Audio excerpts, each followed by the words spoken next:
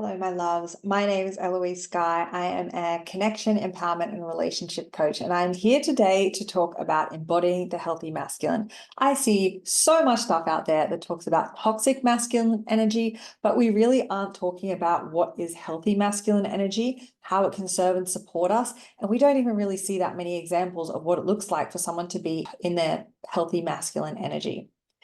So what I'm talking about today is regardless of gender, because these energies exist within all of us. They are two components that make a whole. And I believe that when it comes to talking about integration and how we can use these and how we can really embody our wholeness with these energies, it is necessary to look at the separate parts to understand each component. So always what we want to do is strive for integration of both so that they can be in balance and serve us and lead us. And personally, I have had a lot of transformation from really looking at these energies and what are expressing and what is showing up at any given point in time and what I need to express more of and embody more of so that I can be more integrated in the right times. So what I'm going to cover is the traits of the masculine energy when it's overexpressed, masculine energy when it's underexpressed, and what masculine energy in balance looks like. So subscribe to be the first to know when I do my series on feminine energy and also integration of both masculine and feminine energies in your everyday life, which is going to be super helpful for you. So some of the masculine traits are being task-oriented, task-focused. So setting your eye on the prize and moving towards it. So it takes action as well. So it is doing what needs to be done to get to the goal. And it is really responsible for the actions that we take and also deciding how much action to take, what action to take, and also moderating the action that we take and the things that we do.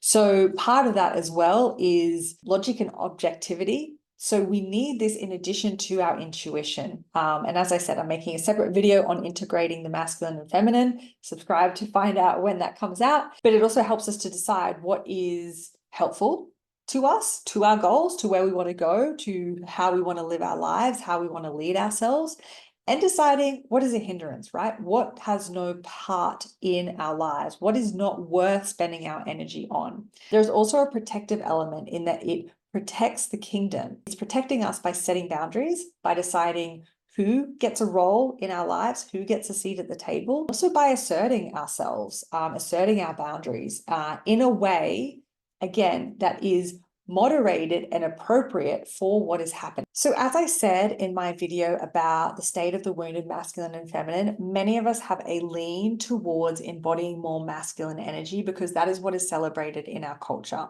So when you think about those traits that I've just described, they can be taken too far, right? So we can be too much in our heads and unable to feel, which is something that many of us experience. A lot of us try to think our way out of our feelings and our emotions and our situations, or we try to logic our way out of them rather than just feeling, which is so important. That is the only way that we can deal with our emotions and our feelings is to feel them. That's why they're called feelings. It can also be too task focused, too task oriented. So this can be at the expense of our relationship. So that could be an example of someone that is overworking and not taking time to spend with their family, with their friends, and do other things, or even engage in their own self-care. It can even be harming other people on the way to the goal, right? Because the eye is on the prize and it is going there no matter what, without any regard or any consideration for the people along the way that may be impacted or affected.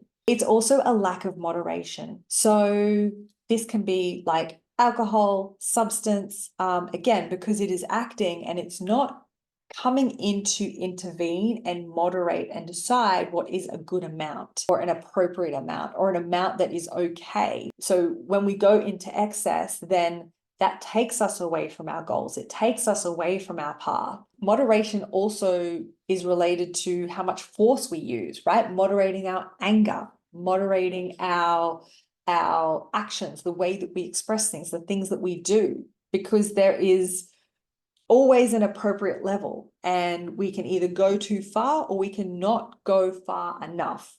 So it is the part of us that decides how much is the right amount.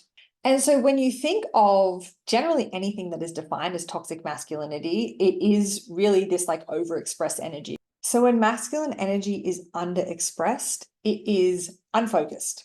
It is unable to take action and to carry out the task. It procrastinates. It can be a lack of boundaries. It can be putting other people ahead of itself because it is not asserting itself. It can also be easily seduced, and that's not just in a sexual context, but it's really the masculine that keeps us in alignment with our values, because again, it is the one that is taking action. So it is what is going to act on the information, whether that is going to bring us closer to our goals and keep us in alignment with our values, or steer us completely off course. And so, for example, if you are having an urge to maybe you're working and you're trying to do something, you're having an urge to like just go and do something else, or to go and scroll on your phone for however long, right? Firstly, maybe you need a break.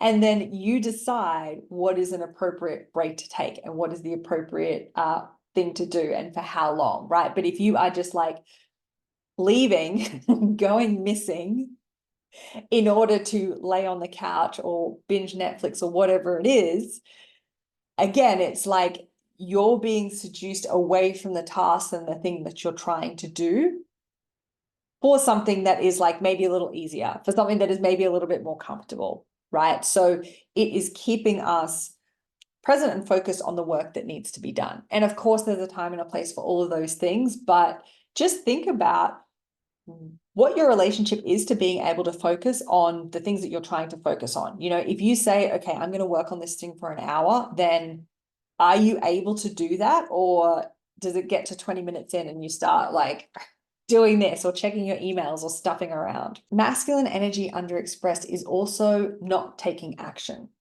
because it lacks the leadership to move towards things. It could also be if you are plagued with doubt, and you are kind of like marinating in that. I will say that clarity comes from taking action. So in that situation, we need the masculine to come in and say, look, what is just one action that we can take on this thing? And then we can reassess, then we can reevaluate. As I said, I'll talk more about integrating in a separate video. When the masculine energy is in balance, it is present. It is present with the task, it is present with the people that it is with, because it's not thinking about the other things that are going on or potentially going on. Yes, it has a view of being able to analyze and understand things that are going on at any given moment, right? There's also that protective element. If you are somewhere where there are a lot of other people around, yes, it's focused on the people that it's with, but it does also have that radar that is taking in information and assessing things. Masculine energy imbalance is focused. It does not waste time and energy on things that are not important or that are distracting from the task. It also has healthy boundaries. So it sets boundaries because it is protecting its energy, it's protecting its kingdom, it's protecting the feminine energy as well from over giving, from being taken advantage of. So it's the ability to really stand up for yourself, right? That is when we call on the masculine energy to come in and to set those boundaries for us. It's also assertive in setting boundaries and also deciding what is the right amount of assertion to have in any given time. And I think that this is also where the toxic masculinity thing kind of comes in, because yeah, we can be over assertive, right? And we can be aggressive, and maybe there might be times when that is necessary, but there's also a lot of times when that isn't necessary. So deciding what is the right amount to assert, to set boundaries, and how to go about that. It also works towards goals consistently. So what happens a lot of the time is when we are moving towards a goal, we will take some steps and then we will completely fall off the train.